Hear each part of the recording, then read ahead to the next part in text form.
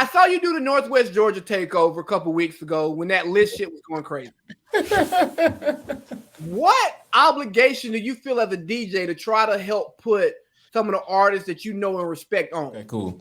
No, I mean, you kind of DJing is a job within itself, just like the rest of them. In this game, you got to climb a lot of trees and a lot of mountains to get to the top. And you just got to be secure with the fact that you train every day, work hard every day. It's like LeBron James, and you show up to the office and do your job and leave, right? So, but when you have sparks of culture that slip through the crack, of the universe, and it's like in the forefront, and it's like a cataclysmic issue is potentially brewing. I look at that as like opportunity, because I'm like, look, y'all gonna really crash out again. It's like y'all already just always have been just on the edge waiting to just crash out with each other.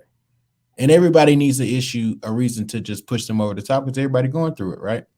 Mm-hmm. But when I see people just making lists about generalities on social media that don't exist in like real life, it's like we're creating a new thing, but how does that correlate with what you do when you log off? Like, I think social media has like literally, especially for smaller market areas, has literally convinced people that this is the new lunchroom table. Bruh, social media has people thinking what they say matters. And I'll be honest with you, with a lot of us, including me, somebody who gets on here and talks multiple days a week, what I say don't really matter. It only matters if you make it matter. Right. Now, it matters to me, but it doesn't matter until someone else makes it matter. And people get into Facebook comments, people get on Twitter, and they go on and on and on. It's like, bruh, no one cares what you're saying. Like, I watched the list conversation, and don't get me wrong, I appreciate it because it sent me down some rabbit holes, listening to some different artists, going like, you know what?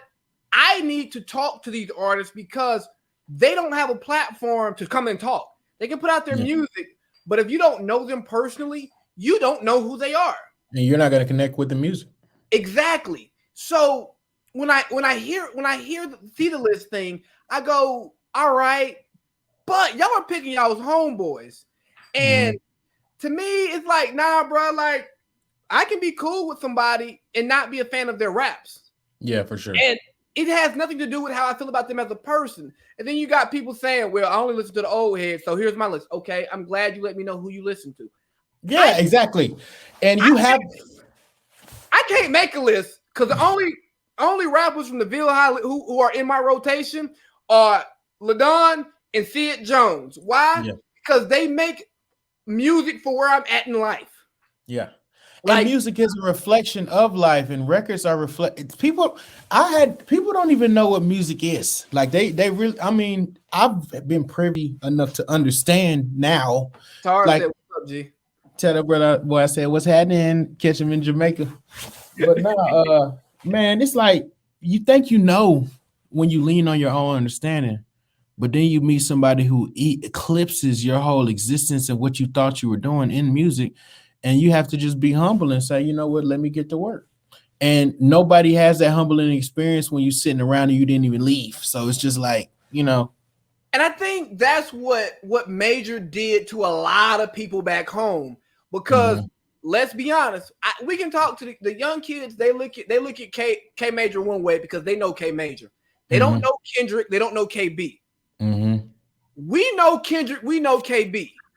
Right. And see where he's at today, and to see the love that he's getting back home now. I'm not talking about what he was doing in the industry, because I think there are two separate lives, right? It really lets you know, for one, a lot of y'all are phony because y'all ain't listening to the music. Y'all wasn't around for the struggle. And I heard the shit y'all was talking in 08 and 09. Okay, you can talk that shit. And I can tell you somebody, K Major doesn't make music for me. Yeah. But I'm still going to share his posts. I'm still going to rock with what he's doing because he's from my hometown. Same thing with a lot of, with like Plu. I just interviewed Plu last week. I listened to his music for the interview. But his style of music is not for me. I don't think it's bad music. I listen to go, oh wow, I can actually see your growth because I remember when you and Skrilla did that Wasted remix in 2009, and that shit was awful. And I see where you're at today, and I go, oh no, you can rap. You got a sound that works. I got it, and I go, I can rock with that. Shit, I listen to Dulo. I didn't even know Nico McClain was a rapper. Yeah. And then I listen to it and I go, okay, you got to sound like, you kind of sound like the baby, but it don't sound like you biting the baby. You just got a similar flow, similar voice structure, and it's good. Yeah. Hell, I listened to Buckets of Bitch not too long ago. I love him, bro. I love his music. And I'm like, damn. It ain't even that I feel like he just an amazing rapper. It's just I know he into what he's saying, and I know he mean what he's saying. And when you can see the passion in what somebody's doing, and you can tell that they love it, bro. Cooker done played basketball and named those countries. And that man, what, 35, something like that? Yeah. He's like grown as hell, and he's choosing to rap as a means to express himself and possibly make a bag. I don't know. I haven't interviewed him yet. I'm interviewing him later this week. But to see that, when you see somebody who, in the same with LaDon, when you see people rapping, when it's like, hold on, bro, you gonna start rapping at 30? Yeah, but see, I'm about to start rapping. But see, my whole thing is I'm not a rapper, and that's the whole reason I never rapped. Like, and then like I did rap a little bit in Max, but like the reason I never really, because I was like, I didn't identify as a rapper. Like I literally was like, I'm not no rapper, bro. Like I'm straight on all that rapping because of the mindset that I was in, right? But I realized like, you know what? It's really like the opportunity is there. And it ain't even that I'm just a capitalist or like an opportunist on the situation. It's more like people telling me like, bro, you need to do this. Like, you need to do it. Like you got your own sound, you got your beats, you got everything. I'm like, I listen to the people. Did he rap? JD rap? Dre got a classic album. Like, you know what I mean? You can still be an exec and a producer and make quality music. And I just want to really break it in with my relationships and the people that I know who know me, who are like, yo, we like you. So I'm doing, this is this, and then this is them. So you got to do, it's like a process. You know what I mean?